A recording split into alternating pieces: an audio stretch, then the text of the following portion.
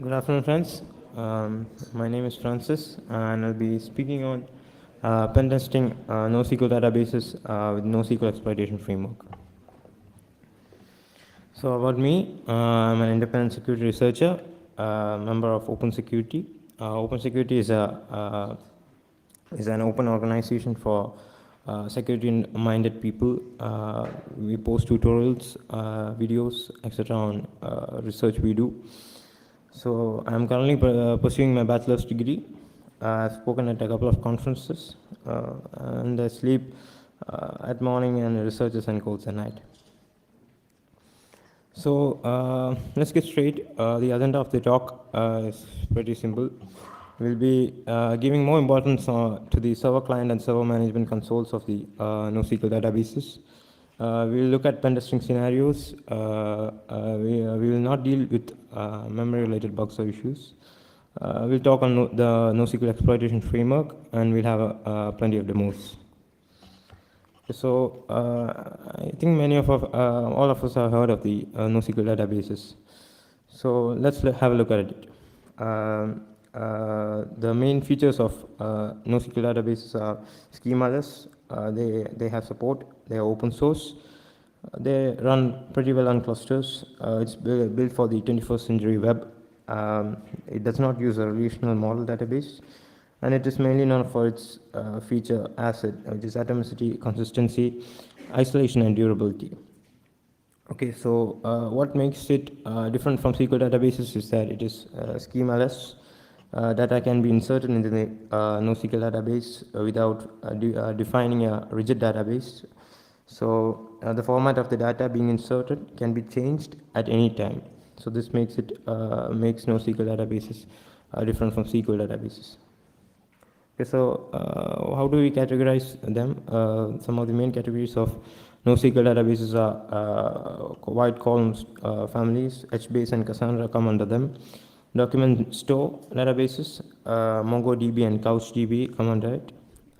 Key value tuple store databases, RAC, Redis are examples of them. And we have graph databases, Neo4j, DEX, etc. So let's analyze the current situation of the NoSQL security. So if you see the screenshot, you'll find that we have plenty of the open IPs available on Shodan network. So Shodan, I think many of you are aware, is an open platform where you could search for IPs running the same port. So you'll find that Mongo has a really large amount of IPs open available. You could connect to them using the Mongo client. You see that for Mongo it's 84,000. For Couch it's 1,700, and for Redis it's crossed over 35,000. So now for Redis, I think the current search results approximate to get about 1 lakh. So you could see that the amount of the IPs available are more. So let's have a look at some of the issues we could use within the NoSQL databases. So while abusing API calls, you don't have any proper validation in the API. Developers use these for developing certain applications. PHP for these databases is pretty much buggy, and it's terrible code written. So let's have a look at all of these databases individually. So MongoDB. Mongo is written in C++. Main point, it contains friendly properties of SQL databases. The query language we use is similar. The Mongo, it uses the custom BSON protocol. Mongo is the MongoDB daemon running on port 27017 by default. It has the web interface on 28017. Mongo is the client and Mongo is the server side. It uses the MongoDB wire protocol. Data is represented using JSON format. So the Mongo architecture. This is a simple architecture of the client and server communication. You have the Mongo server and the Mongo clients, and different Mongo clients connected to it. So how does the attacker kick in? Attacker has a lot of possibilities over here. You could sniff, enumerate. You could use JavaScript injection attacks and denial of service attacks. Okay, so the JavaScript attack surface will be first looking for the JavaScript attacks possible. So JavaScript attacks mostly used against MongoDB. Mongo uses the JavaScript engine, Google V8 JavaScript engine. It was for versions greater than 2.4 and above. It was using the SpiderMonkey JavaScript engine for versions less than 2.4. So vulnerabilities in MongoDB has been under the scanner. Example would be the recent command execution vulnerability in the MongoDB, which helps the attacker to gain system access. Mongo shell functions are purely based on JavaScript. Possible chances are there to override JavaScript functions within the Mongo shell. We have resource exhaustion attacks, and plenty of all the JavaScript functionalities that we use can be used within the MongoDB. So let's have a basic look at some of the SQL commands which are used in MongoDB. So and mapped in SQL is to double ampersand in JavaScript, or to double pipe, and equal to we have double equal to. So we'll get to this when we show the demo. So saving JavaScript. Why saving JavaScript is one of the important functions. So while pen testing, you'll have certain situations where you need to repeat the attack. So what happens is that you could write certain JavaScript functions where you could use you could write a custom function and you could call it again and again. So the NoSQL exploitation framework has also the capability to add functions, and you could call them. So Mongo stores its JavaScript functions within the db.system.js, and you could load the custom scripts using the load server scripts command.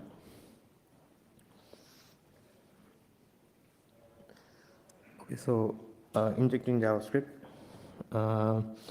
Reference to the database in Mongo. So this is an important key factor while writing PHP applications for MongoDB based apps. You will find that this was one of the main injection attacks used. You could use the database object in reference. So what do I mean by that? If an attacker has if the application is vulnerable, an attacker could pretty much use the database object in reference to pretty much access the database. So this was found in versions of Mongo of less than 2.0 or less. Mongo patched this for versions above. So they thought pretty much JavaScript injection ended here. So still, even though they blocked the database reference object, still JavaScript functions were available. You could use timing-based attacks to check for JavaScript injection possible in the web applications. Mongo supports, as we told, most of the JavaScript functions. So a pretty much function return sleep 500 seconds would render the application delayed by 5 seconds. This module has also been added to the NoSQL framework. Okay, so this pointer reference. Okay, so this is also an important factor. After the Mongo had blocked the database object reference, this pointer was one of the main used to bypass the database object. So what happens is this reference. If you are aware that this pointer uses to return objects within the function. So attacker could use this pointer to return objects and dump the entire application. So we'll have a look at all of these examples that we told.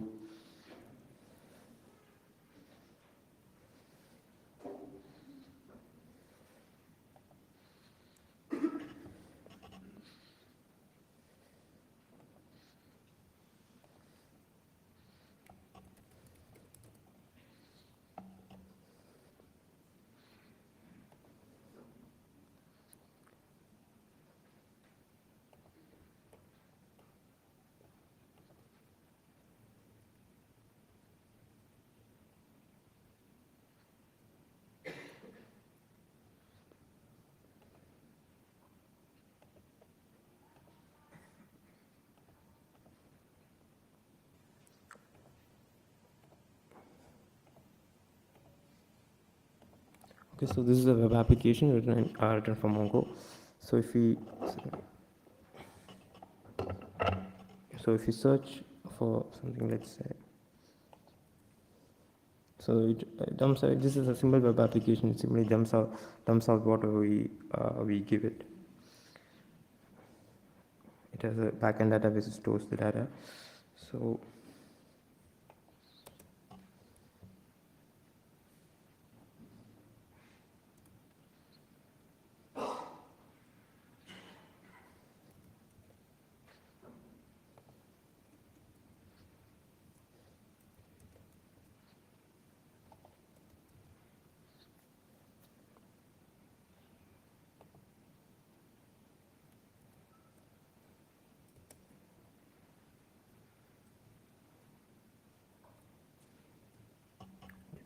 one second.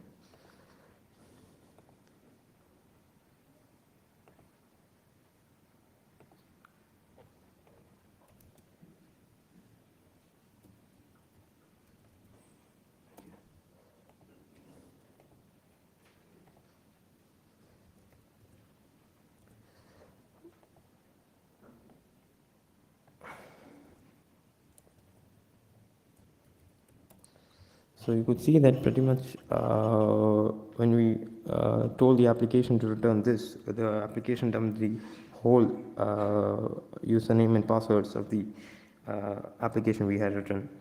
So what was used here? What was a function called where, which is used in MongoDB to evaluate JavaScript functions.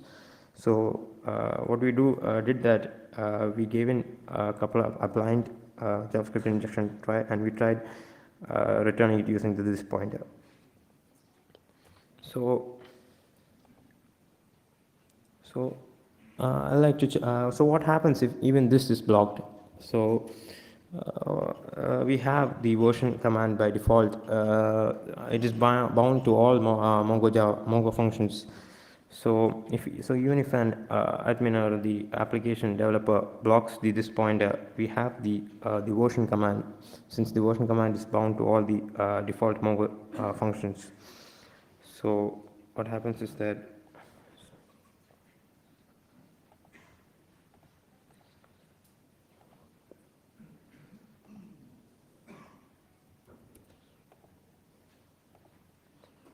so as soon as the an attacker tries using this, then this operator is blocked. So what you could do is you could use the version command, and it dumps the entire database for you.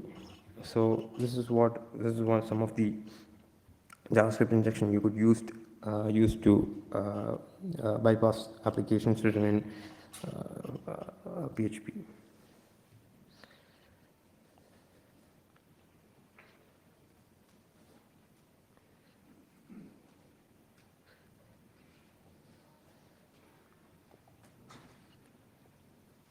So Mongo with PHP is vulnerable to certain attacks. So what we could do is PHP converts the parameters into brackets, the brackets to arrays. So what happens is that even if you specify brackets after the parameter, it gets converted to array. So how is this useful is that if an attacker specifies certain queries within the within the function, what happens is that it returns all the queries that we inquired for. So some of the vectors discussed for Mongo-based PHP applications were $ne and all, which means that not equal to. So this is similar to SQL injection, but it happens here in Mongo. So some of the more attack vectors are like $exist, $type, and $all. So $exist matches the documents that have the specified field. So if a specified field named username exists, the application dumps all the information related to it. The $type selects documents if a field is of specified type, and for $all, it matches arrays that contain all elements specified in the query. Resource exhaustion. MongoDB on 32-bit environment is too easy for attacks. The maximum size limit for the storage capability for Mongo is 2 GB. The use command within the Mongo shell helps you create arbitrary databases on the fly. So what an attacker could do is that he could write what we told that JavaScript functions to create databases on the fly. So what happens is that you could go on creating the databases until the entire disk space uses up. So an MD database takes up to 192 MB. This is one of the key factors for the resource exhaustion attack. So let's have a look at the CouchDB. The CouchDB architecture is very much simple. It uses the database. You have the JSON and the client layer HTML, which is the Futon interface available. The backend CouchDB, the Futon interface, which is visible to us, and the administrator. So where does the attacker kick in? The possible attacks are XSS, CSRF, and sniffing attacks. So let's have some of the key features of Couch. It is written in Erlang. CouchDB uses JSON documents object. It is schema free. It uses the HTTP or REST protocol. It has the Fusion web interface. The client uses the REST API to communicate with the backend. So what's the attack surface for the Couch? For Couch, by default, you have the unmet MARTI, which means that anyone could have access to the whole database. So while the showdown, I told that there was pretty much like 1,000 plus results for admin party. You could directly go into the database and change. You could store data on it. It was more than 1,000 plus results. So the authentication cookie is sniffable. So if you are within the vicinity, you could sniff for the auth cookies. The credentials are sent over unencrypted channel. Cross-site port attacks are possible in the replication of the Futon interface, which we will show. XSS HTML injection is also possible in the Futon interface. And denial of service attacks are possible, and file enumeration attacks are also possible on Couch. So let's have a look at the vulnerabilities. XSS is at the token interface. You have the HTML injection that can be used the attackers to lure the victim to other sites. The cross-site port attack is like you could it checks for the suppose the application checks for the URL. So what happens is that if suppose consider a backend server where it allows only specify IPs. So what you could do is that you could specify the local host IP and check for backend open ports. So these ports you won't get while scanning by using Nmap or something like that. So that's how the XSP attacks are useful.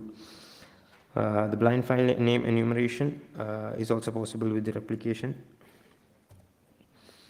So the authentication cookie, the main feature of this is that it expires within 10 minutes. It's one of the factors that attackers would want to wouldn't like while using the authentication cookie. So the attacker would want to use these 10 minutes fruitfully. So the NoSQL exploitation framework kicks in by automating the session, grabbing and dumping the necessary info. So what happens is that if you sniff and a cookie comes in, it automatically takes in the cookie and logs into the session and dumps the data for you. So PHP on Couch driver, it uses the curl library to send requests to the API. Unvalidated PHP apps could result in arbitrary API call execution. So this is only one of the PHP drivers I found. There are many other. Most of them use the curl library to send requests. So what's the problem with the PHP on curl? So the problem is that you could see that it uses the since Couch uses the REST API, you could see that it is directly communicating with HTTP requests. So an unvalidated PHP application could force you to navigate through other pages or to navigate through other API calls within the database.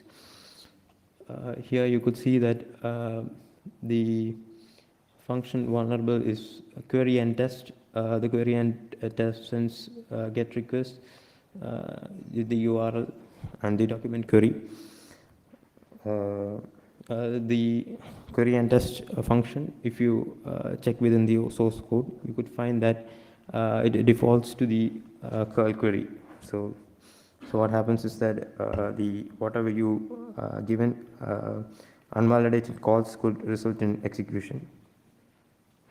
So let's have a look at this.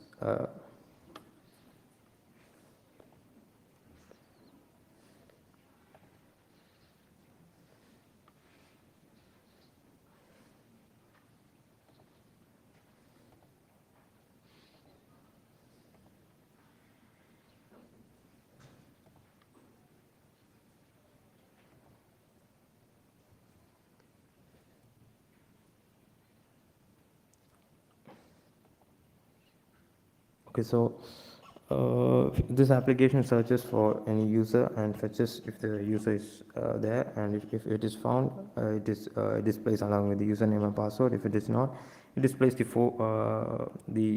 error message. So you could see that it is have enabled the error message, so that you could see that it is you're searching for the it is giving a get request to the database OpenSec for any valid user A. So there's an API call available in CouchDB, which is known as _changes.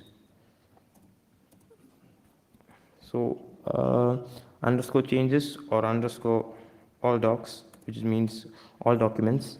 So what happens is that these API calls fetches all the documents that are available. So you could pretty much see that the available documents are this flag is here, user ID 2, and you could further these API calls allows the attacker to get the database information and so on.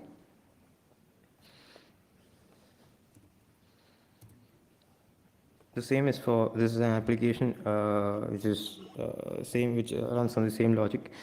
What happens here is that as soon as you send enter all logs, which is the API call be told, it automatically logs in for you. So the vulnerable code is that you could see that the client uses the get doc. So what happens is that since the doc evaluated to true that it contains some data, since the all docs command returned some data in it. So the doc command contained data, so it returned true. So that's why we logged in.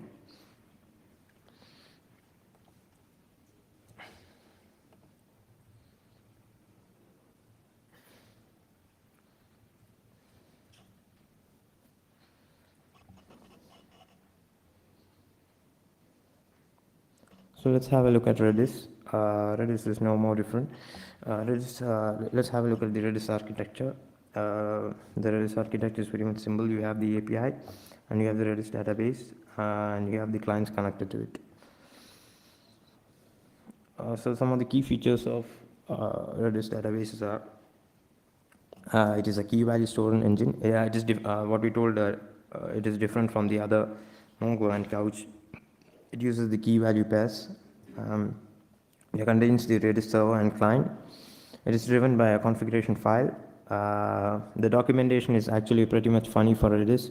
If you read the Redis documentation, it's you'll find at least 5 bugs for sure. And Redis supports 5 data types like strings, hashes, list sets, and all of the sets.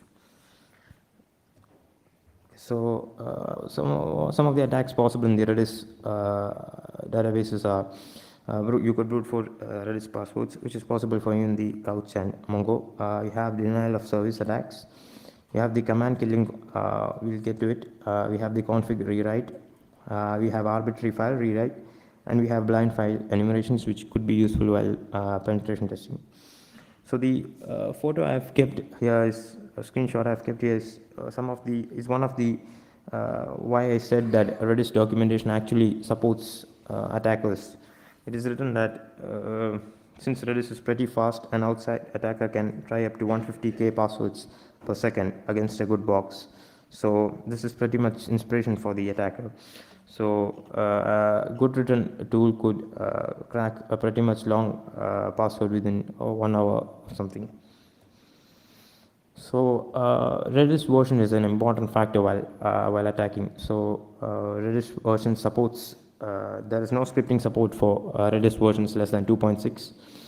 Redis introduced the Lua scripting for versions greater than 2.8.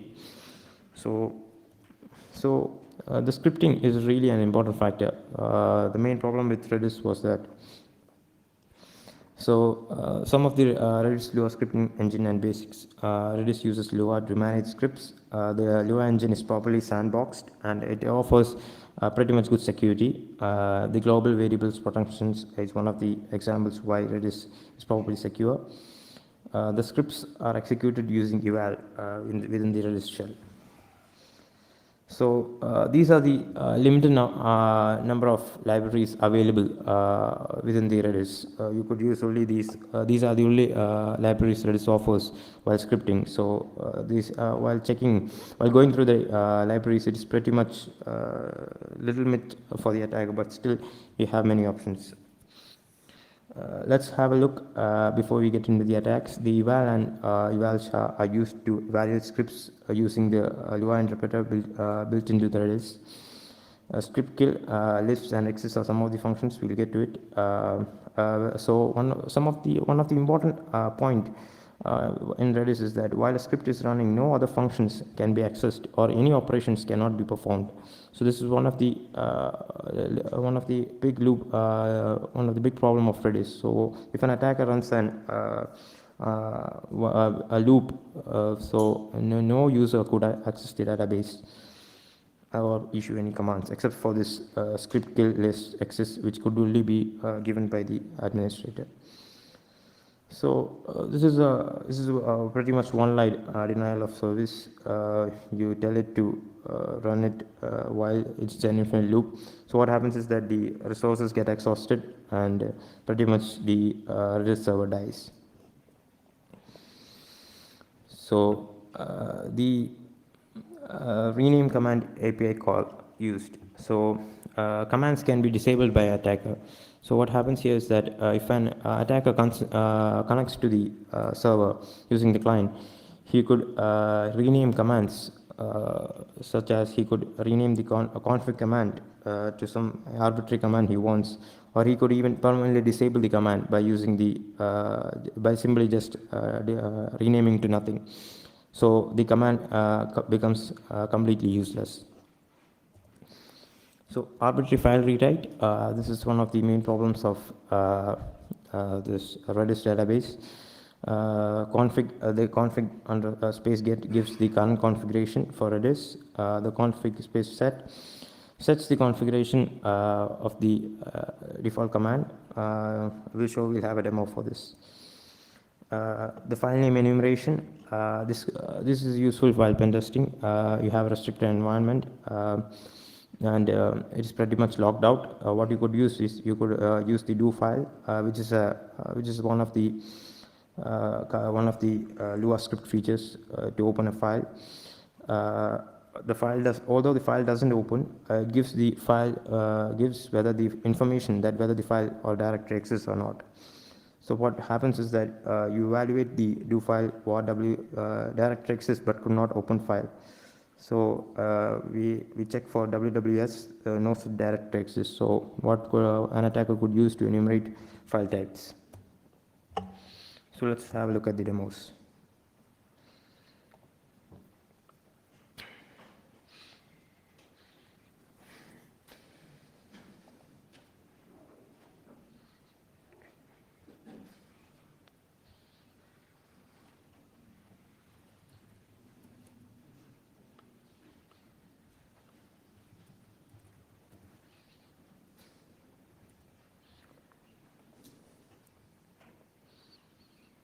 Okay, this is the file in blind file enumeration. So I've connected to my local host. So I run the evaluate the command what I told the drew file to open the file. So since no such file existed, it returns that the no such file existed or directory. So let's try a valid file. Okay. So the etc password is a valid file. So what happens is that since it tried to evaluate, it tried opening a file which had illegal characters. It resulted in error. But what we could see that in the error message, there was no such there wasn't the telling that no such file or directory existed. So it pretty much means that the file is available for attacker. The file rewrite. So the config space get star lists you the configuration on the Redis box. So if you could see that currently Redis files writes its Redis the database to var/lib/Redis. So what an attacker could do that he could rewrite the location to somewhere he could access via the IP via the HTTP. So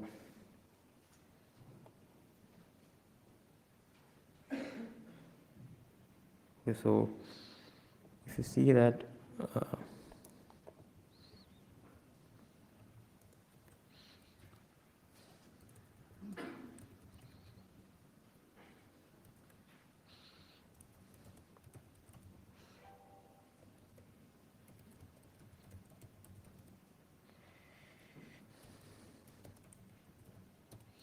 let's write some arbitrary data into. So now you see that I have in the W directory a test file. So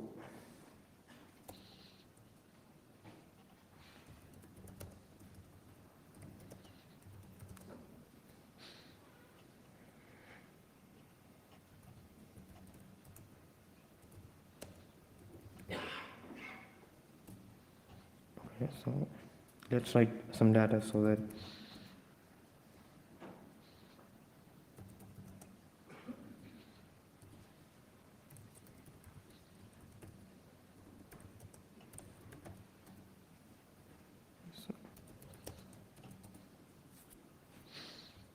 so let's have a look at the file we wrote. So you see that the file has been overwritten, and you could arbitrarily overwrite these files.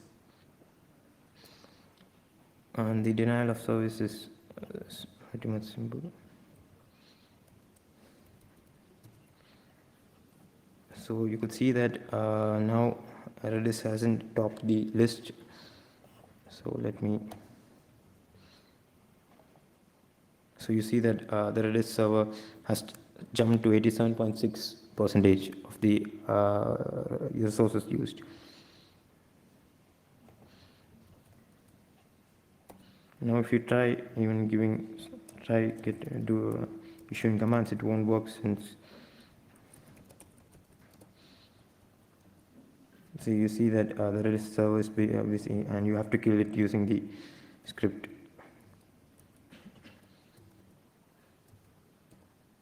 So now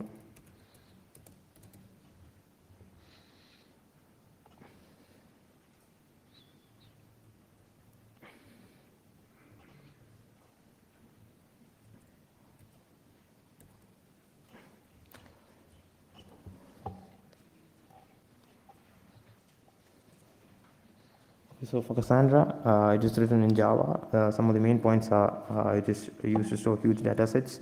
It uses the SQL 3 protocol and Thrift. SQL 3 is very much similar to SQL, but with some limitations.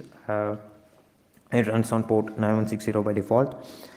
Some of the stat facts are it does not have OR union, does not have any sub requests. Terms must be indexed, and the primary key can only be queried for. So let's have a look at the Cassandra model. It has this key space, the column family, and the data. SQL injections are possible on web apps. Since it is very much similar to SQL, the queries are very much similar to it. The shell commands can also be useful for an attacker during privilege escalation. The source command in Cassandra shell leaks the file. It opens the file and leaks the contents for you. It's also possible for blind file enumeration in the Cassandra shell. The database enumeration and dumping has been added to the NoSQL exploitation framework. So we'll have the demo last. The HBase. HBase is also written in Java. It has support for billions of rows and columns. It uses the REST protocol. It has default port of 6379 and 8080, which is the REST API, and HBase gives more emphasis on trusted environment. So some of the security issues of HBase are man-in-the-middle attacks. The REST API is exposed. Again, the ability to scan and enumeration has been added to the NoSQL exploitation framework. So the NoSQL database research has never ended. Neo4j, Memcache, RAC are under the scanner. Some of the vulnerabilities applies to these also. Support for these are soon to be added to the framework also. Memory leaks and overflows are on the rise. An excellent address to the Neo4j security issue is been under the blog. You could visit the blog. There has been it's a very good address. They have addressed this security issue for Neo4j. So is automation needed for this? So do we have a framework? The NoSQL exploitation framework. It's a framework of its kind. It is written in Python. So I'm not a hardcore coder, so bugs are there. I've documented the APIs on NoSQLproject.com. You could use them if you are contributing to the framework. It has currently support for Mongo, Couch, Redis, HBase, and Cassandra. It has support for NoSQL run web applications. It tests for JavaScript attacks, the MongoDB dollar attacks, Couch DB PHP Java attacks. It also has a multi-threaded mass IP list scanner. You could use the IP list you obtain via Shodan to scan for and check whether the IP is vulnerable to any of the attacks. The list continues. You could dump. It has a cloning feature. Dictionary attacks are possible. It has the show an IP list grabber. You could sniff for DB credentials and cookies and more payload list. So future updates updated for. I'll be releasing an updated version after this talk soon on Cassandra and HBase attacks, resource exhaustion attacks, and support for RAC, Memcache, and Neo4j. Pentest report generation, where it could be used for the pentesters for the generating report, and more stable, much more stable release. So the bugs you could contribute to feedback at nosqlproject.com, and you could contribute by pulling it from GitHub. So we'll have the demos.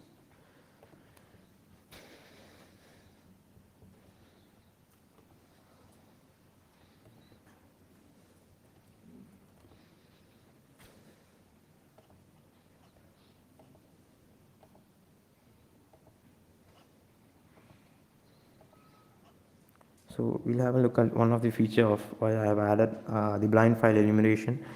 You could specify the IP, the NoSQL framework.py. The file check is specifically for Redis, and the file list, payload list you have. So you could see that now it automatically goes on and checks, and you have only the web.config file. You could specify the directory within the payload list. So this is one of the features of the framework.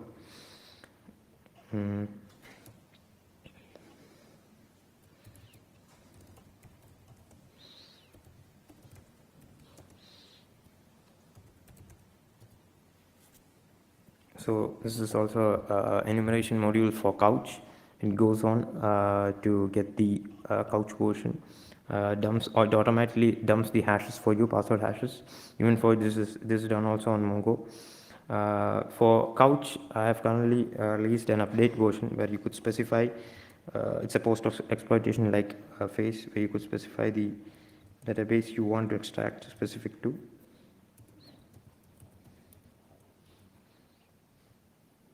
Okay, so it goes on and enumerates the database keys OpenSec. So you have the contents of the database OpenSec. This is similar for, you could enumerate Redis. Redis, I think, have.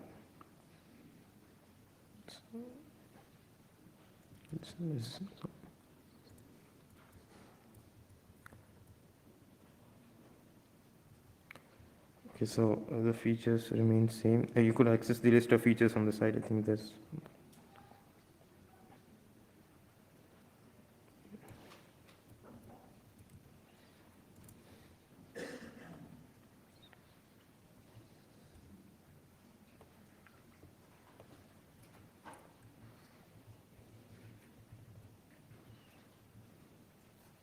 So this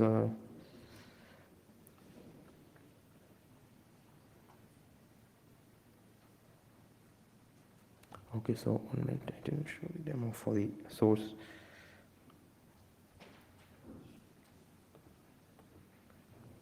Okay, so this is the source command I told for Cassandra. So as soon as you hit source for etc password, since it was used to source was used to get the source code based on the SQL query, but since here this wasn't the SQL query, you get the entire etc password files for you.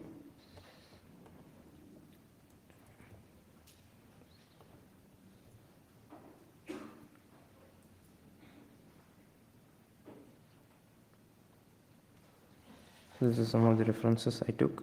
So thank you. So I think if you have any questions.